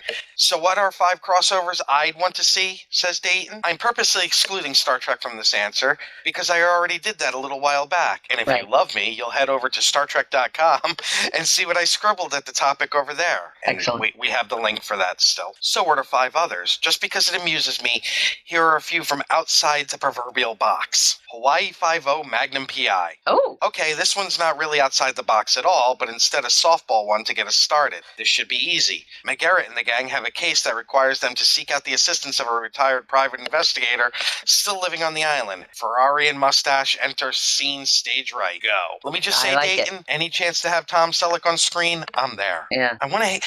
Don't you want to hate Tom Selleck if you're a guy? Just because he's so Tom Selleck, but you can't hate him because he's so Tom Selleck. Right. Anyway, Castle, Californication. Two writers who both hail from the Big Apple, but with completely different outlooks on life. One of Hank Moody's latest monumental fuck-ups brings Detective Kate Beckett and Rick Castle calling, and cue hilarity. How long would it take Hank to hit on Beckett? And how long would it take Beckett to faceplant Moody on the sidewalk? Meanwhile, Castle remains ruggedly handsome with his stylish writer tack vest. I think Dayton would look good in one of those tack vests. Well, Dave Max certainly did. Yep. Right on. The $6 Million Man, Predator. Hey, he already fought fembots, Bigfoot, and a death probe from Venus. That's the name of our next band, by the way, Death Probe from Venus. This should be a piece of cake, right? Steve Austin is sent in some hot-as-fuck shithole on a rescue mission or to retrieve or steal some secret sensitive technology thingamabob and ends up going one-on-one with a predator who's in town for some carnage and perhaps a decent surf and turf buffet. Too silly? Only if we add Bigfoot. Shark equals jumped. Okay, Terry, I love this one. Escape from New York, Big Trouble in Little China, The Thing, Tango and Cash. If you can't see the epic appeal of Snake Plissken, Jack Burton, R.J. McCready, and Gabe Cash teaming up to fight evil in all its forms, I can't help you. I like it. That's Tron, Max Headroom. Oh my God. Okay, you're allowed a little, what the hell is he smoking here? But come on, Max and Tron going up against Master Control Program for all the virtual marbles? Kevin Flynn, Alan Bradley, and Edison Carter having to team up in the real world while their digital doppelgangers wage utter war on the game grid? All 8 bits are tingling at the very thought, yo. Oh, and you know what? Throw in Automan, because why the fuck not? And there you go. Somebody in Hollywood or Comics Land start making some of this shit happen, or hire me and I'll make it happen. Yeah, hire if him. If the fucking Punisher can get a comic teaming him with Eminem, then you've got room for me. I'll just be over here, sitting by the phone and holding my breath. Right on. Thank you, Dayton. Thank you, Dayton. Oh my God, so true. Love that one. That's though. The actually Tron one of Max my more Headroom one. I totally think would work. That's actually one of my more favorite Ask Daytons because he really did go way outside the box on that. I loved it. Yeah, it was cool. Oh, that was very cool. Look at our girl, Shalini. See, now I'm afraid to say her name. I'm just going to call her a cool girl from now on because everybody gets a nickname. She's cool chick. She says, what about Captain America versus the Human Torch? What's Chris Evans going to do then? Huh? Know what he's going to do? He's going to look dreamy. That's what he's going to do. That's exactly what all he has to do is stand there, honey. Just let the cameras sit on him for 2 hours and he'll just wave every now and then. Speaking of which, I saw Guardians of the Galaxy. I don't want to know. I haven't seen it yet. I don't want to know. Terry. Yeah, I know. Prepare to laugh until you pee. Okay, cool. And this is not a spoiler in any way, shape, or form. I was the only person to not only laugh, but clap at the post-credits scene, which just made me sad that no one else got what it was. All right. And when you see it, you'll go, how did no one at his place get it? Because it's brilliant and it makes my Romulan lobes tingle. Okay, I'll see it. No, I have to go see it. I got a little worried when I read Marco Palmieri's post about it. He didn't give any spoilers. Huh? Did he not like it? No. Oh my God. I know, it concerned me. Because usually Marco's tastes and mine are kind of hand in hand. And I'm like, don't tell me that. Yeah, it's getting rave reviews. And I went on Friday night, and this was the second Friday it was out, right? Because last week was the first when we were in Vegas, and there was not an empty seat in the theater. Right. Literally. Right. People... Standing room only, which has been a long time since we've a movie like that. And I was thinking of you during the movie, and this is a Star Trek connection. Zoe Saldana has done an amazing job as marketing herself and being cast in the kick-ass female action role. Yeah, she has. She really has. I love her. Really good in this movie. Good. And I'm very, very glad to hear that because I do like her very much. I think she's a wonderful actress who tends to be underutilized, believe it or not. Oh, she's not underutilized in this movie. Good. Okay. I mean, Rocket Raccoon. Just tell me she's more. She's more than just a romantic interest. Oh yeah. Good. Thank you.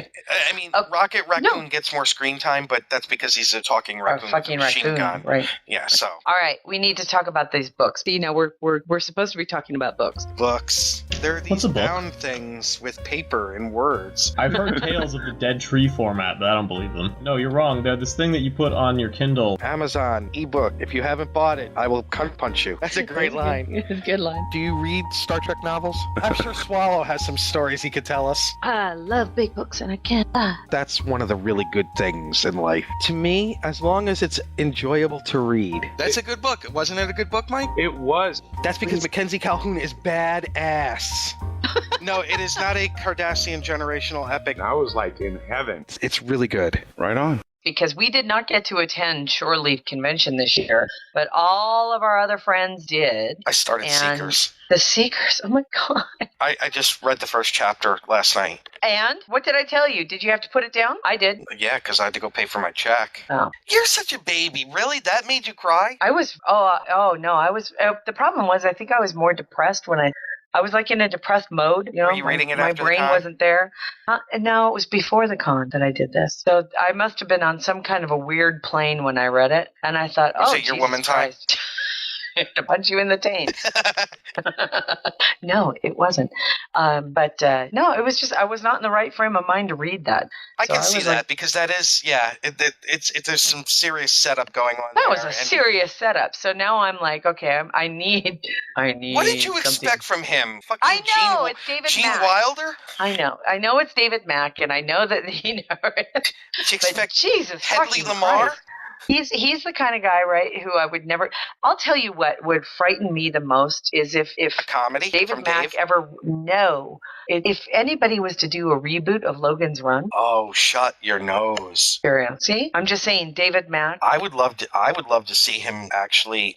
He and Dayton do a collaborative Planet of the Apes. Yeah, but except I mean, Planet that's of the all Bunnies. I could think of was like, holy crap! I mean, just that first chapter, and I was already going, that's fucked up. That's just so fucked up. I want to see Dave Mack do Planet of the Bunnies with pancakes on their head. With pancakes on their head. Do a waffle. So let's talk about the news that came out from, well, lots of news came out. I mean, the Shore Leave Convention occurred. They had the Seekers panel. The Seekers books 1 and 2 are already out, and a lot of people have already Seekers read book them. 2 is out because it said I had to pre-order it. That's what I read. Somebody said I've already read. It's available in some places, but the official release is in end of this month. Okay. So there are people out there. It's the same thing that happened with Seekers 1, where a lot of booksellers are kind of selling the books before the quote-unquote official release date. So since I bought these on ebook, I don't get them until the release date. So apparently they were giving them away or selling them at Shore Leave, both books. Yep. So speaking of books that we're giving away, at the Wait a minute, Trek if they were Las giving Vegas- it away at Shore Leave and Dayton and Dave haven't made copies available to us, that's the thanks we get for landing them on the New York Times bestseller list? Well, we're going to keep taking credit for that. Because we did. We are totally going to take ownership of it. We're just because nobody else will. Correct me if I'm wrong. Didn't James Swallow said we were correct too? And if his Dukeship says so, I know it's so great. At Star Trek Las Vegas at the convention this year, as many people know, they have different levels of seat prices, and so you have a reserve seat up front. Those are the gold seats, and the ones immediately after that, These sell your children's seats. Yeah, really.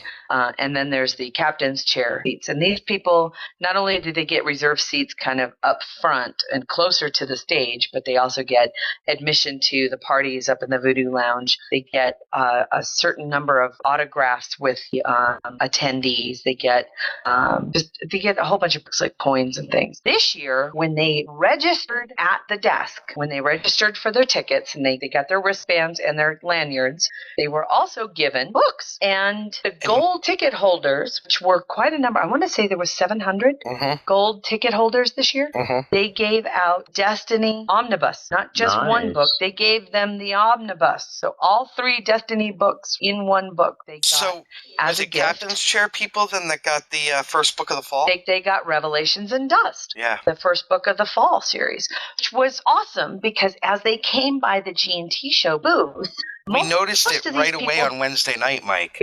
As they were walking by, they were all holding their books because they had just registered, and they had preview night at the vendors room. So preview night started at 6 p.m., right when the gold registration began, and the attendees started to filter into the vendors room. And we went until 11:30 that night. Oh, yeah, so we did. It was a long night. It was a really, really long night. But it was also very fun because most of the people who were coming into the vendors room were the gold and captain's chairs ticket holders.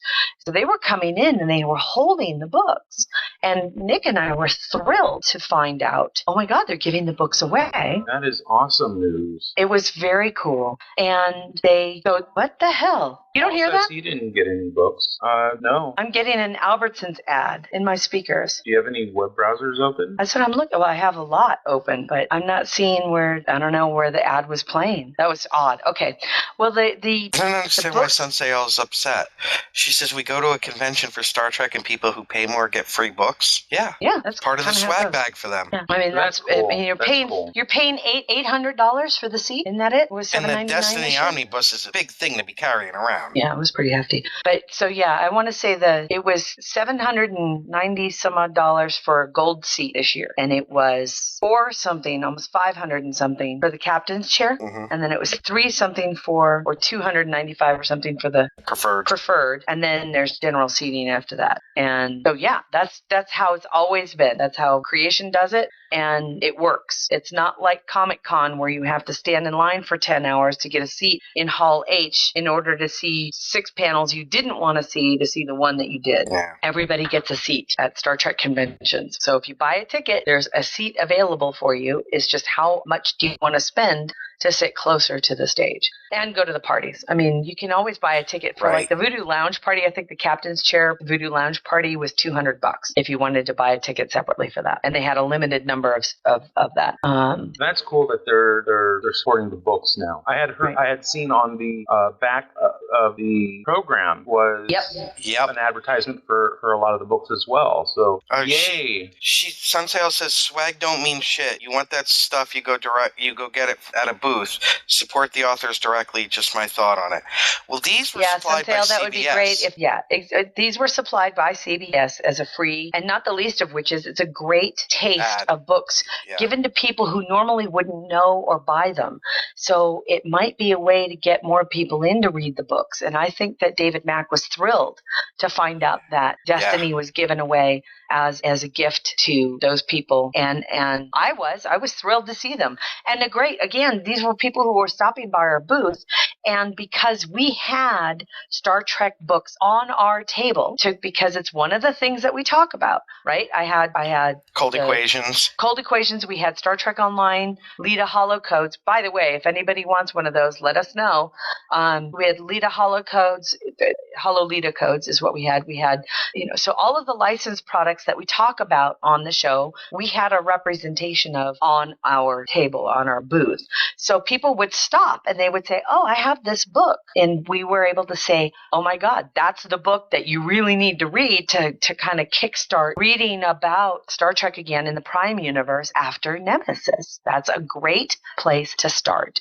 And even Revelation and Dust, the people were coming up and it's like, oh my God, you got the first book in the fall. Again, another great place to start is that you can now pick up with Star Trek Lit by reading David R. George's book and go, okay, here's where things go.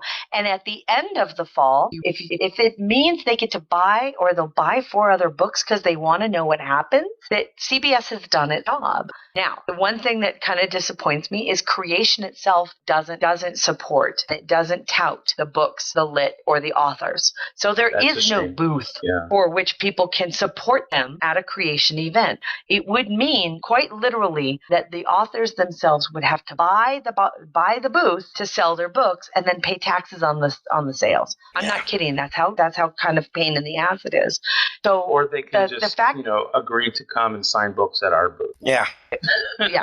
Which couldn't even do with Marc Cushman, but Marc Cushman's book wasn't licensed, so we weren't allowed to do that. And it was just a real pain in the butt. But it was a pain in the butt in that we love the book. We love talking about the book. We love covering the news about the book and the fact that he won a fucking Saturn Award because of it. But the fact of the matter is that creation is under a very tight contract with CBS to maintain its license to do the con. And by doing so, they're not allowed to let people tout unlicensed, or not tout, but sell unlicensed material unless it's being done through like a publishing agent. Marc is with his group. So it's kind of a shame because we get to see the authors. We don't get to see the lit touted at the Star Trek convention. However, look at what they do at Shore Leave. There's a huge representation of Star Trek lit at Shore Leave convention. And Shore Leave knows when it's got a good thing, right? They have become the quintessential convention for science fiction lit. Because it's not just Star Trek that they push. They talk about all kinds of science fiction writing there. It's a fantastic convention, which is why we really want to cover it next year and tie it in with our coverage of Star Trek Las Vegas. Speaking of Star Trek lit, I posted something, but I'm going to say it here. So I hope the G&T show lawyers are ready because I will be sued for this. For decades, literally for decades, I've been listening to Harlan Ellison bitch about the changes that were made to City on the Edge of Forever from his original script. Now, Harlan Ellison is a brilliant man. Yeah. And you would think he would understand that the constraints of television, especially of the day, didn't allow for a lot of the things that he wrote into there, like the giant talking Guardians of Forever statues that were like Stonehenge-type giant things and all of that. But be that as it may, issue 2 of the teleplay being published by IDW came out, and I read it. I've read issues 1 and 2, and I'm just going to say this. The TV show script that he has complained about for almost 50 years superior to his original teleplay, in my opinion. They had 40 some odd minutes to tell a unique and fascinating story, and that it kind of goes back to what we were talking about, the things you read in Marc Cushman's book, right? Where Marc Cushman is showing how hard it was for a lot of science fiction novelists or science fiction writers to deal with a new format. I just got served with a subpoena from Harlan Ellison's people. But for decades, we've been hearing him say how brilliant his script was. And it was. And as a matter of fact, if it wasn't Star Trek, if it had been something on its own with just a new crew, a completely different set of people, yes. Yes, it would have been outstanding. But his whole thing of, they didn't allow me to have a drug dealer on the ship, and that's why. Well, first of all, you're dealing with 1960s network television, where you couldn't show Barbara Eden's belly button. You really think they're going to let him show somebody dealing drugs? Secondly, now, one thing he did do, Yeoman Rand is much more assertive and kick-ass in his version. So I appreciate that. But I love the work of Harlan Ellison, but now seeing what has been talked about for decades, dude, maybe just one time in your life, I know you can't, but check your ego. And I just got served again. I don't know. Speaking of which, Terry got... Speaking of checking your ego? Speaking of which, Terry got taco fangs to get Harlan Ellison to say from the stage, "Get off my lawn." Yeah. That's all I wanted. I had one goal in my life, and that was, here's a very cranky old man. He's a very cranky old man. I don't even want to say, I've had the unique opportunity to have interviewed him once in my career. When I was with Airlock Alpha, Michael Hinman and I interviewed Harlan Ellison, and it was a unique experience. Yeah. Did he stare at your work nacelles the whole time? But no, this wasn't in person. It was all on the phone. It was on the phone. So, but he's a very, he's just a walking anger ball, and that's just the way he is. There's something endearing about but how he just has never given a fuck. He really hasn't, and you got to appreciate that. I do. I really do. Because it's not like it's led him to failure. I think that's why he's so well loved, is because he doesn't give a shit, and most people wish they had the courage to be that way. And his talent backs it up. Right. Well, he's a walking anger ball. But I have to say, there's always one phrase I've always wanted to hear him say, and that was "Get off my lawn." So Nick Taco Fangs from Star Trek Online said, I'm going to the Harlan Ellison panel. Do you want me to ask him anything? And I thought, first and foremost, there's no way he's going to be able to get up to the mic, right? In time for so I thought, as a matter of fact, can you get him to say the words "Get off my lawn"? I meant it as a joke, but at the same time thought that'd be really fucking cool. So guess what the first question was? It was the first question at the panel. Was Taco Fang going up there going, "I really need you to say "Get off my lawn"? And of course, in true Harlan Ellison fashion, looked at him like he was high. Because Nick's mic wasn't on for part of it, so Harlan couldn't hear, so he said, "I'm not sure I heard you correctly. Did I hear you say you wanted me to say get off my lawn?" And Nick goes, "Thank you very much, sir," and walked away. And the audience is like, there's like this laughter and people looking at each other like, what the fuck was that? And I'm just rolling in my seat because I know. I'd seen it. I wish I had seen it because I was at the booth. But thank you, Taco Fangs, for making one of my wishes come true. Even though I didn't get to see it, the pure fact that you got it done just made my whole freaking day. I do want to bring this up, Terry. I do want to bring this up. Speaking of conventions, in 26 days, the lovely Janice and I will be in Baltimore for Baltimore Comic-Con. And there is some new news. Oh, great. And we have some new news coming. God, so much to cover, like I said. Announced on July 28th when we were on con hiatus. Yes. Jim Calafor, who you may know from titles such as Black Panther, Deadpool, Aquaman. Yes. Secret Six is going to be there. Joe Chen is going to be there. He's worked on Racer X. Dennis Kitchen will be there. Nice. And Mike Curtis and Joe Stanton are winners of the Harvey Award-winning Dick Tracy comic strip. Cool. So they will all be there, and this is September 5th, 6th, and 7th at the Baltimore Convention Center, which, if you don't know, it's directly across the street from Camden Yards. And Cool. that's also where the area where the M&T Bank Stadium is, where the Ravens play, down in the Inner Harbor in Baltimore. It's a beautiful area. I don't say much good about Baltimore, but if you're a Bear fan, get some Natty Bow, and go to Boogs, get some Boogs. That's some really, really local jokes for people in Maryland. But Baltimore Comic-Con, and we will be there, and I'm looking forward to it. And now, did we get anything from Midnight Shadow regarding Destination Star Trek London? No, he's too busy insulting me and begging people but we talk behind your back, Nick. Oh, of course you do. He sent an email, correct? Yes, and basically, let's see, what's new since the last update? Gaming is coming to DTSL, and he's listed off the various types of gaming that we'll be discussing. Jonathan Ross is to host the opening ceremony on Friday the 3rd. Opening ceremony tickets are £95 That's for daily or weekend ticket holders, but they are included in all packages. The Enterprise D photo shoot tickets with the TNG crew are sold out. Anyone with a ticket that did not include Patrick Stewart can still upgrade theirs. Guest talk schedules are now available. So let's see, guest talks on the Enterprise stage are ticketed. So that's Jonathan Frakes, Carl Urban, Brent Spiner, Nichelle Nichols, Patrick Stewart, Jerry Ryan, TNG Reunion, moderated by William Shatner, and Leonard Nimoy via Skype. Yep.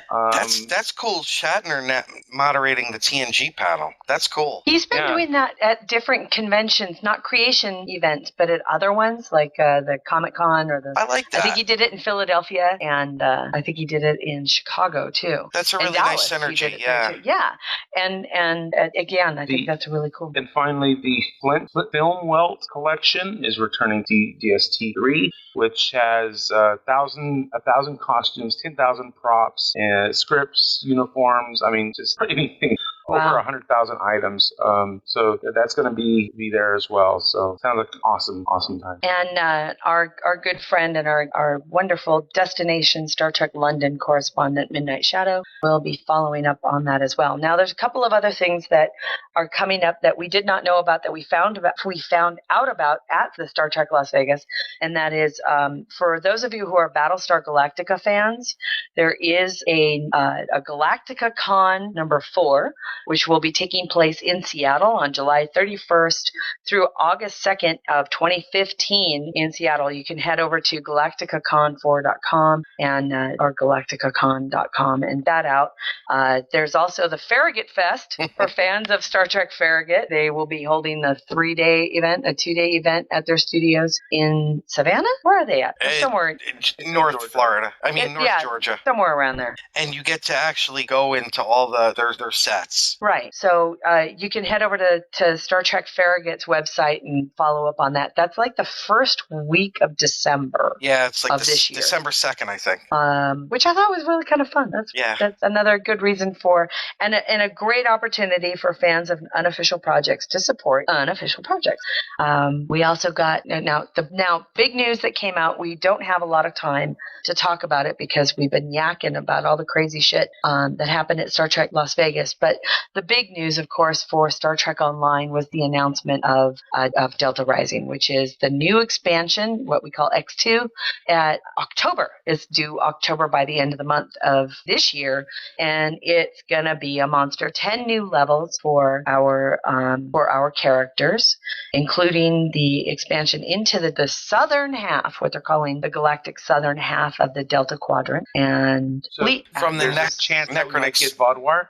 You know what? So the way that we were talking to Al and the way that we were talking with everybody else is that, let's face it, if there is a plethora of aliens that have yet to be in the game, they're going to come from the Delta Quadrant because we had all of those aliens of the week through Voyager. There is an enormous amount of untapped content and resources and species that Voyager is going to have. So I'm pretty confident in saying that if it doesn't come out with X2, if it doesn't come come out with Delta Rising, that it's going to be a new season patch or maybe even a future expansion. That you're going to see one of your favorite Voyager aliens. That's just, right on. I don't think they have a choice. I think that's the way they have to go.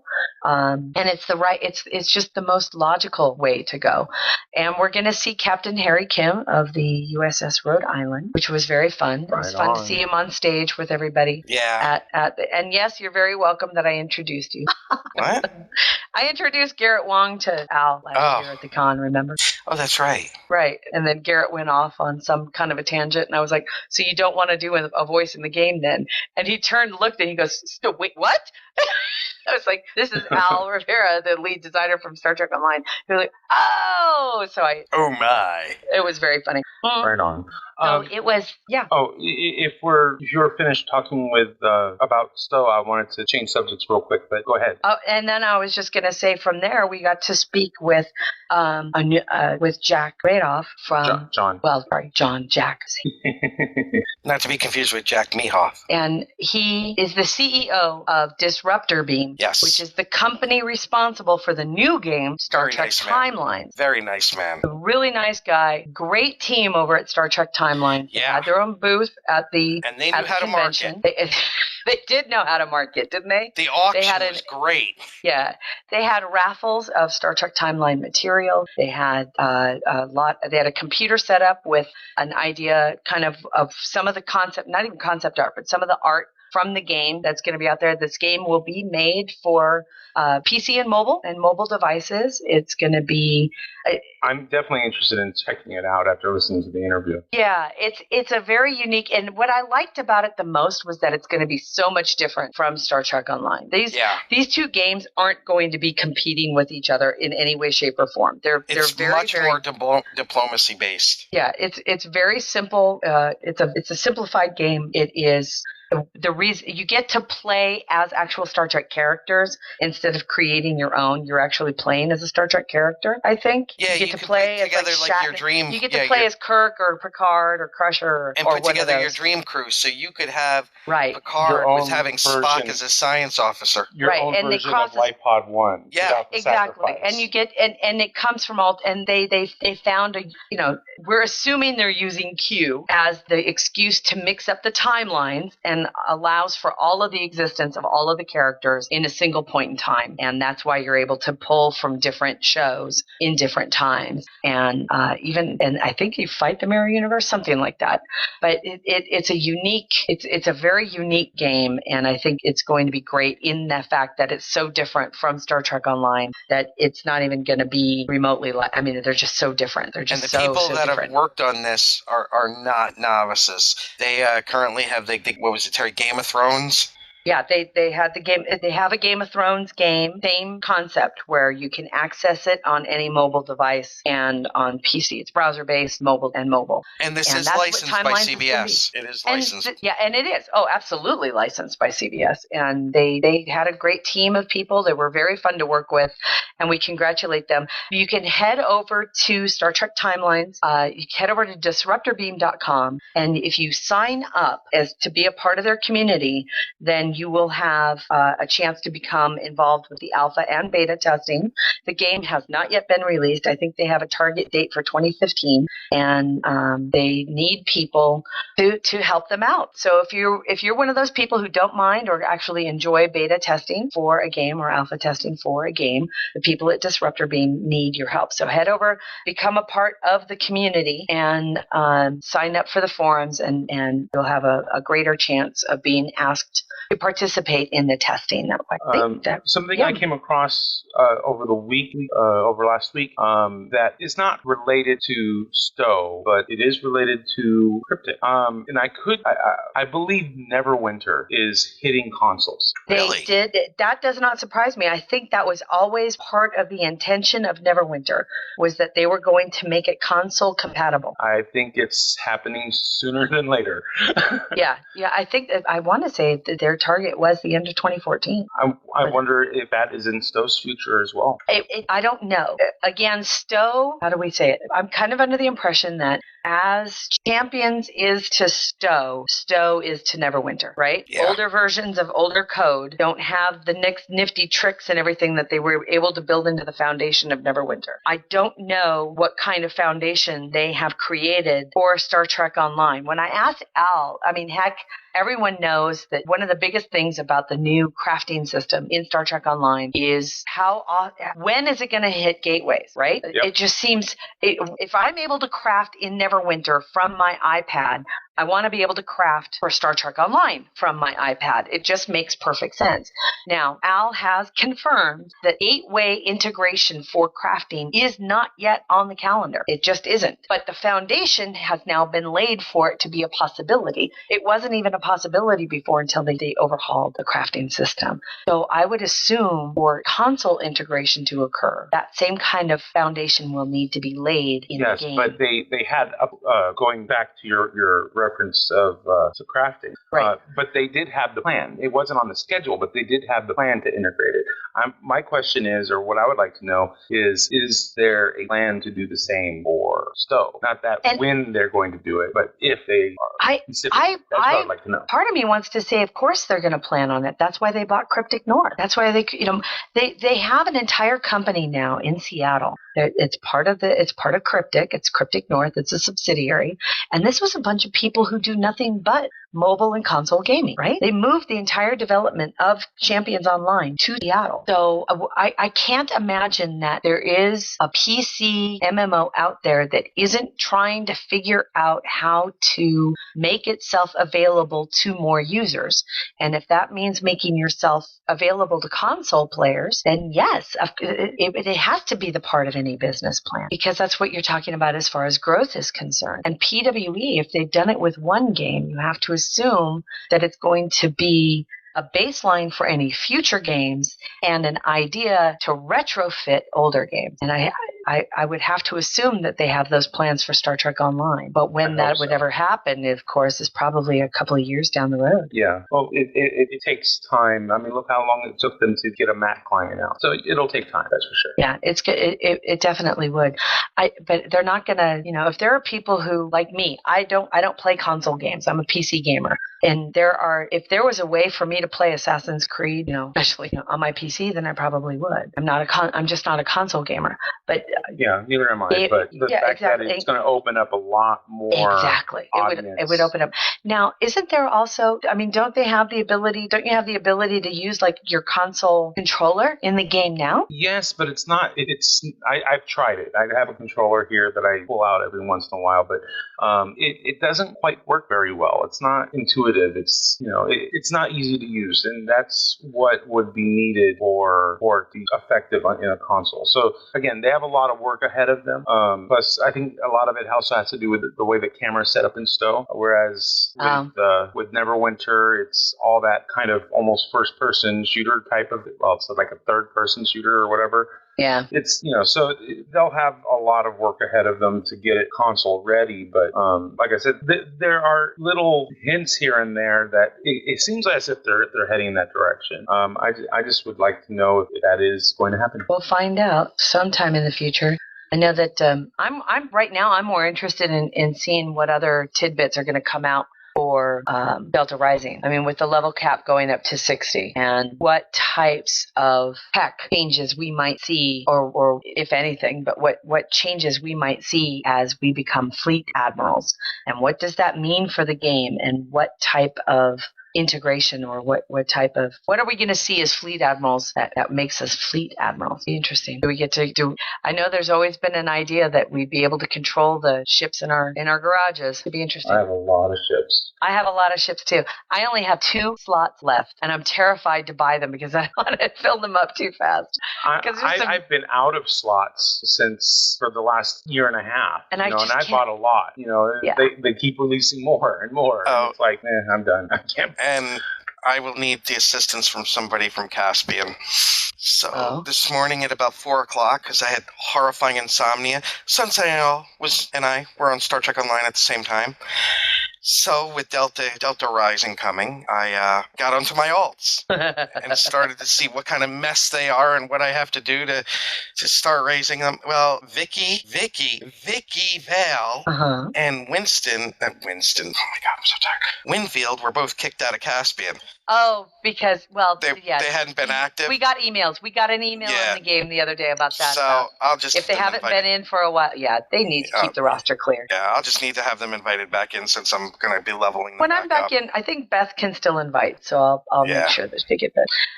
So that's kind of it. Vicky sent a screeching subspace communique that nobody heard. Oh, okay, guys, that kind of wraps it up for today. We knew we would run a little long. And we hope it was worth getting up at 5 a.m. And she already left. I think she went back to bed. Do you blame her? No, I really don't.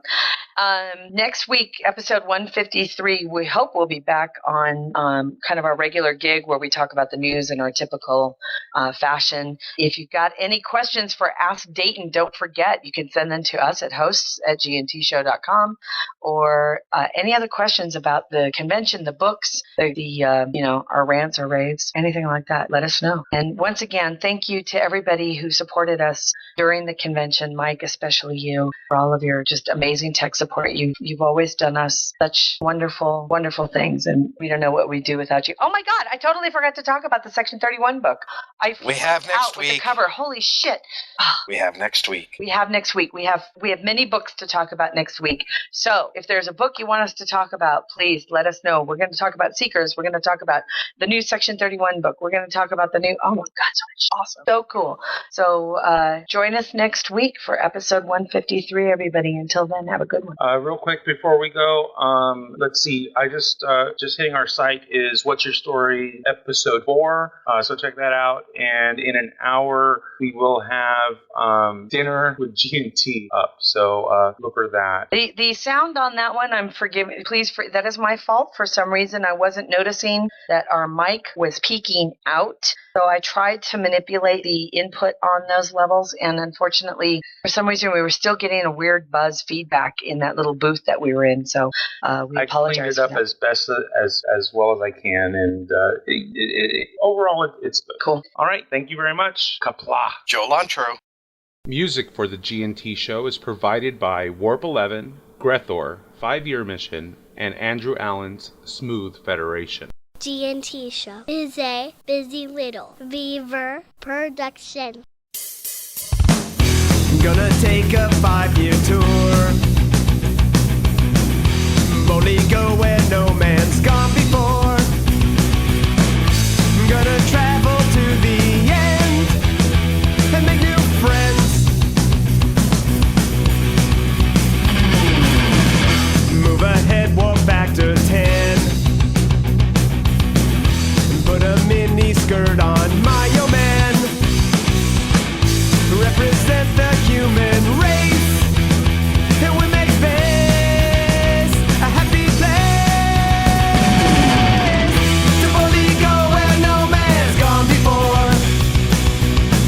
I think I sang that line once before, but I'm not too sure. We'll be so happy, can't you see? A zero-G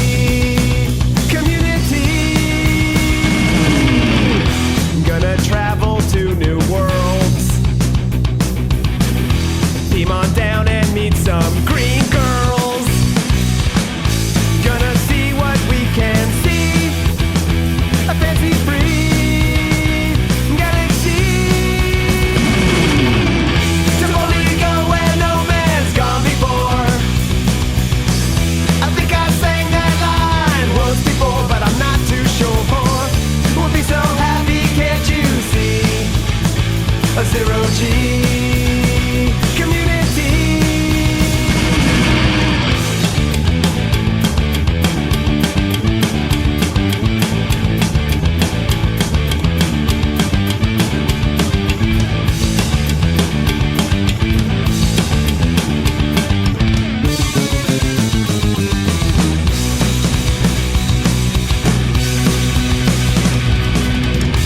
Come and take a tour with me. There'll be no cons or Kobe.